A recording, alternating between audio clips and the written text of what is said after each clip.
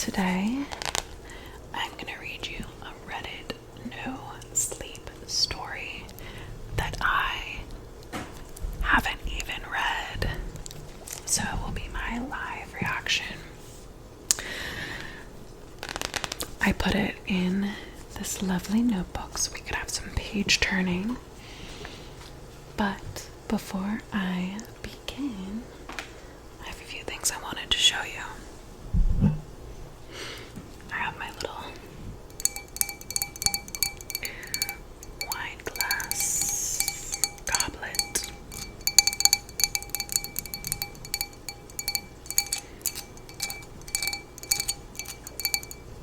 With some beer. It's very fall vibes, fall vibes tonight.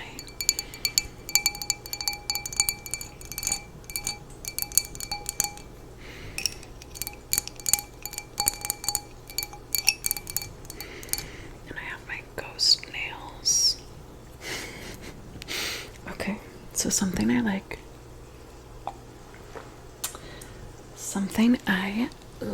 to do. Why did I decide to put my wine there? Oh.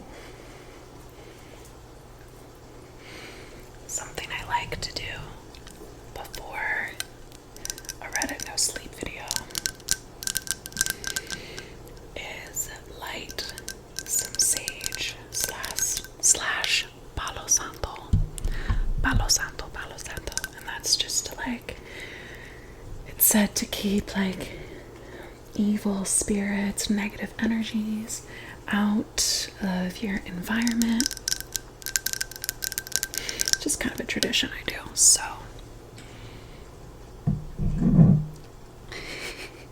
So let's do it. I got my abalone shell with this sage, and then a nub of Palo Santo. If you hear stuff in the background, it's because it's my dog. He's chewing on stuff.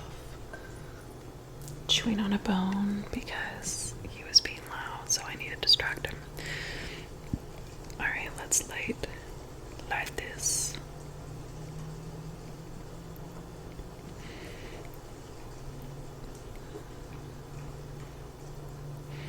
I want it to really catch the flame.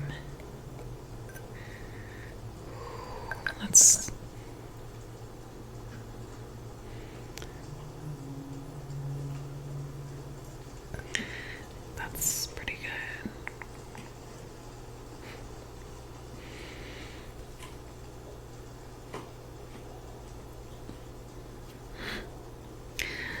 So yeah, this is just to clear out any potential negative energy, evil energies, whatever you want to call it.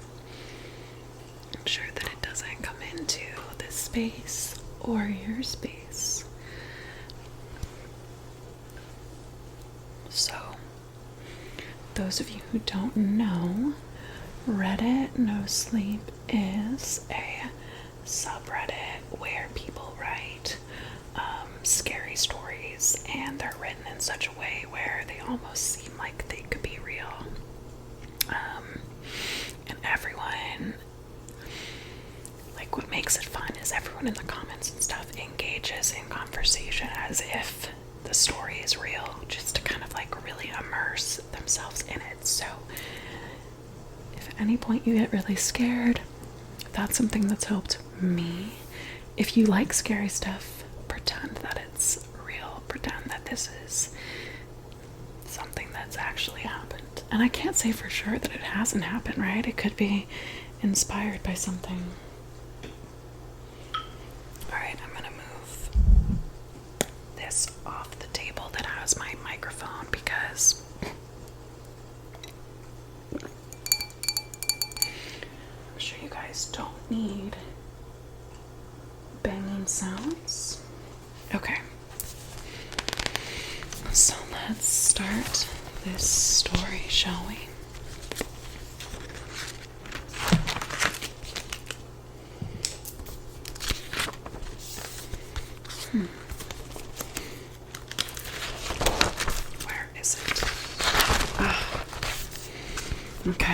here it is. Alright, so the story is called All of the women in my family die at age 27. I turned 28 in 2 hours and 32 minutes. My nose is itchy. Okay, so this is part 1. My dad always wanted a son. He got 3 daughters instead. He hated us all, hated my twin sisters, hated my mother, but hated me most of all because I was the last child my mother had before she died. That didn't stop him from treating me like his little boy. It didn't stop him from attempting to beat the hatred of my own gender into me. Quit your crying, he'd snap, or you'll end up like your sniveling bitch of a mother. After years of that shit, he was shocked that I grew up as a tomboy. I think he hated that even more because I was just a constant reminder of what he never got to have. My mother died when she was only 27, when I was only 4. The coroner ruled her death a natural passing, some weird heart complication that took her in her sleep. My dad, though, he says it was because of her family's curse. Whenever I came to him, desperate for more information about a mother I never really knew, he never had much to say. I'm convinced he was just drunk since the day she died. Every woman in her damn family, they die when they're 27. He'd sputter in between belches, his breath reeking of stale beer. I think the real curse is that my mom was the one to die and not him. Savage. I love it. I wasn't fully convinced by the ramblings of a perpetually drunk man, but when I lost both of my sisters just months before their 28th birthday, I knew it couldn't be a coincidence. Moira was found murdered, her face practically blasted off by a shooter while she was on a jog. Joy took her own life with only days later. I was the one who found her, hanging in the bedroom of her apartment as I came to pick her up for Moira's funeral. She'd been there, swinging from the rafters all night. Okay, it's hard to live a normal life when you know you have an expiration date, especially when it encompasses an entire year. I always dreaded my birthday, which from an early age became associated less with fun and birthday cake and more with worry and funeral caskets. But once Moira and Joy died, my next birthday, 25, was the most dreadful day of my life. 26 was worse, 27 unimaginable. This is it, I thought, as I closed all of the blinds in my apartment, downing my last drop of vodka in the bottle. This is the last year of my life. 27 has been uneventful, to say the least. Why would I make any long-term plans, forge any meaningful relationships when I knew they simply cannot last? The worst part of this last year has been simply not knowing when my impending death is coming. It could have been any day within the last 364. It could be within the next minute. I must admit, I became something of a recluse. My windows always shuttered, additional locks installed in my door, letting the phone ring through to voicemail, hiding under my covers with the lights out whenever I got a knock on my door. I stocked up on preserved foods and various goods that I would need to last the year. I was so paranoid that I even covered my mail slot. Stuffed a towel in the space between my front door. I didn't want anything getting through from the outside world. God forbid an anthrax letter. I'm just laughing because I've worried about that. So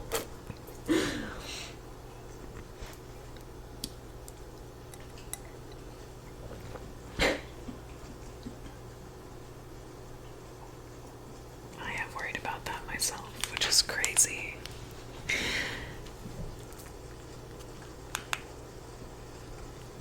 Falling off the face of the earth didn't matter much anyway. I don't have friends or family anymore.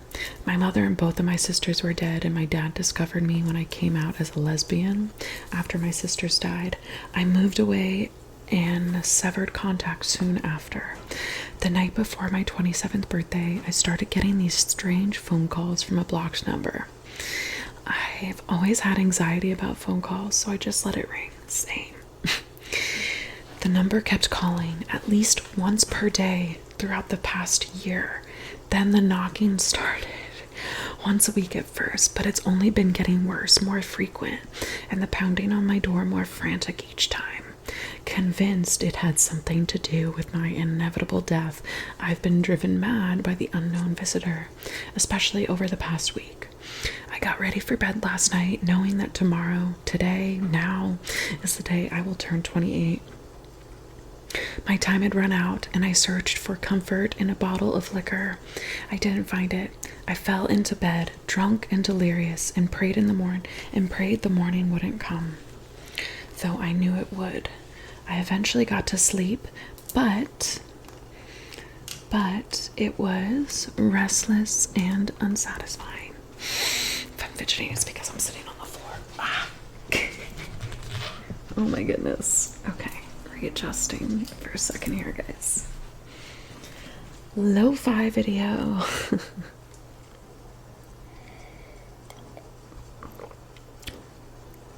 Okay, I fell into bed drunk and delirious and prayed the morning wouldn't come, though I knew it would. I eventually got to sleep, but it was restless and unsatisfying. The kind of sleep where you feel like you have one eye open, always watching. I'm also going to be doodling during this. That's why I was quick to wake up when the door to my bedroom creaked open early in the morning before the first sight of light. I shot up in my bed, glancing around my room in a frenzied panic at first, seeing nothing out of the ordinary, other than the door pushed slightly ajar. A closer look revealed something I'd missed, something that sent my heart racing, froze to my core. Two dark figures stood in the empty space behind the half-open door, unmoving, almost like a pair of statues, waiting, watching, wordless. Leave me alone, I squeaked, unable to move, paralyzed in the power of their presence. The shadowy figures instead shuffled out from behind the door, creeping slowly towards me in the dark.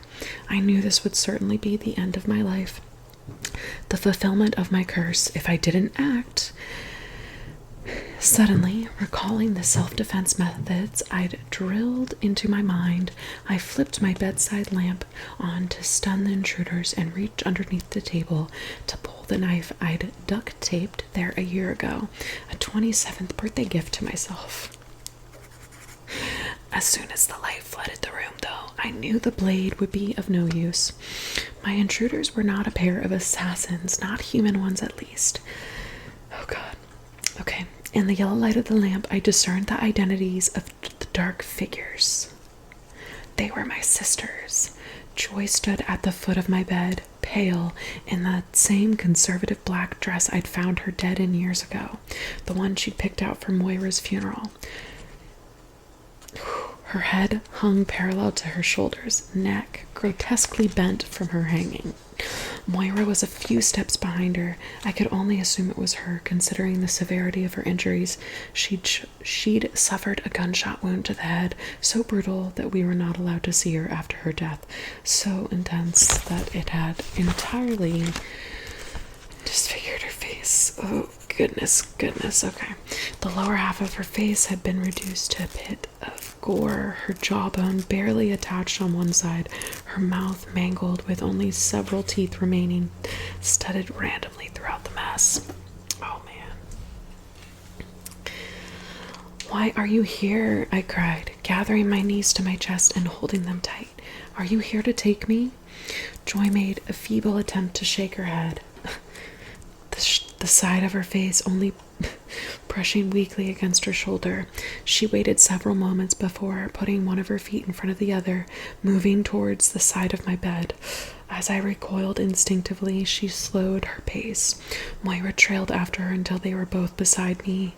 I whimpered as Joy leaned over me, her head flopping forward. No. Okay, I need a sip of this before I read this.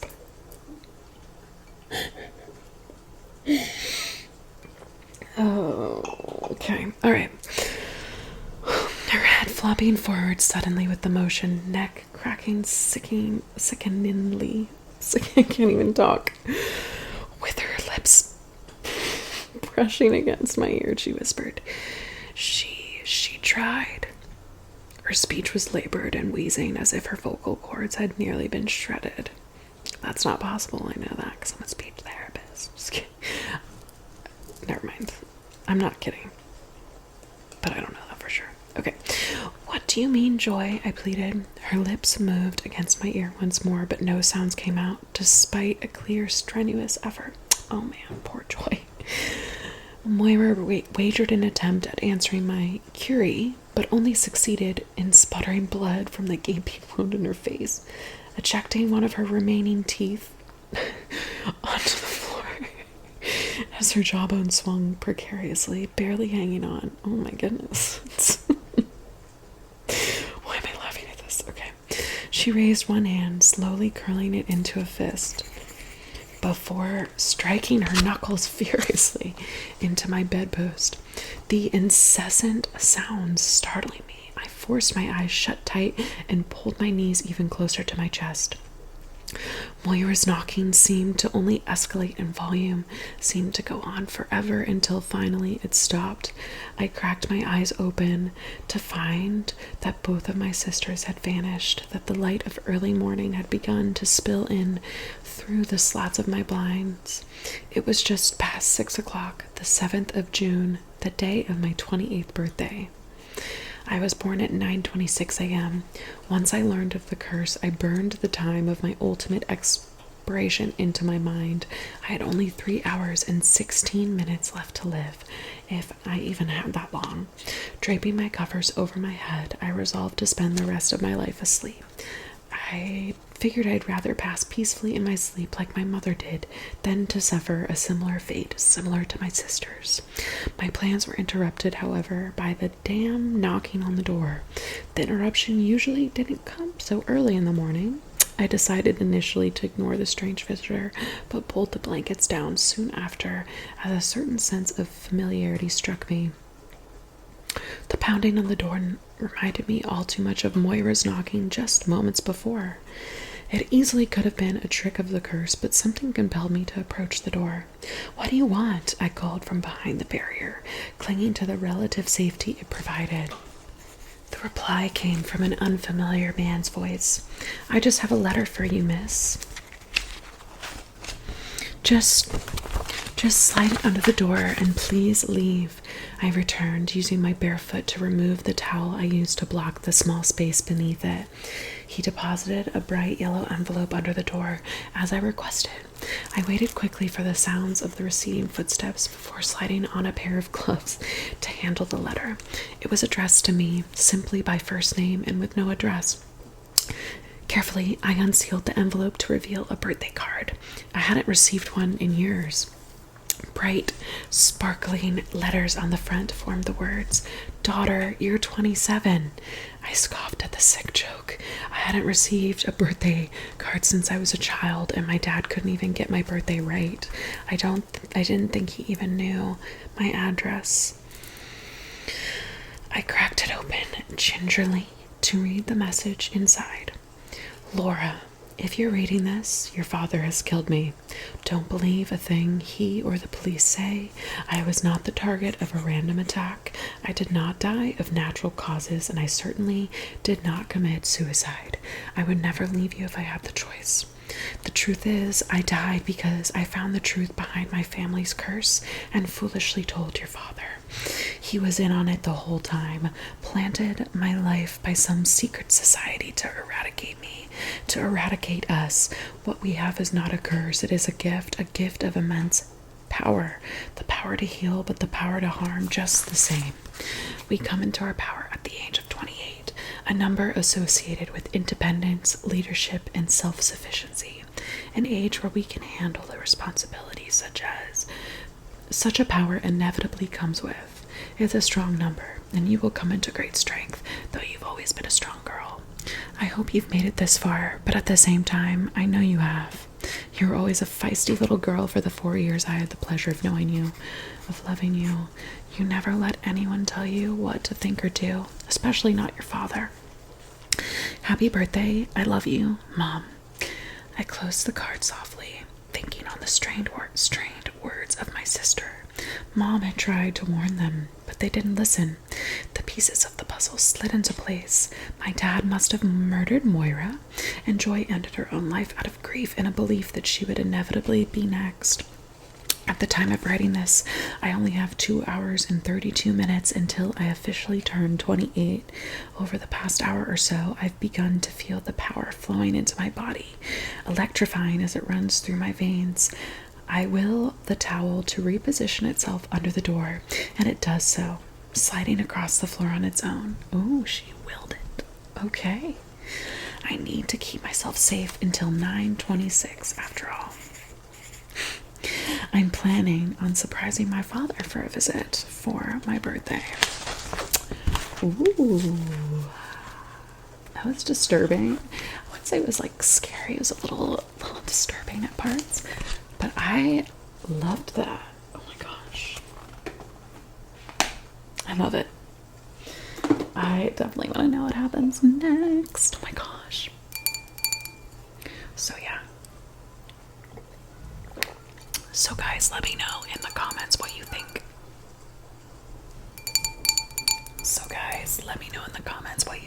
Of this video and the story. What parts you liked, what parts were scary, if any. And stay tuned for a part 2. Okay, good night. Sleep tight. Don't let the bedbugs bite. Cheers.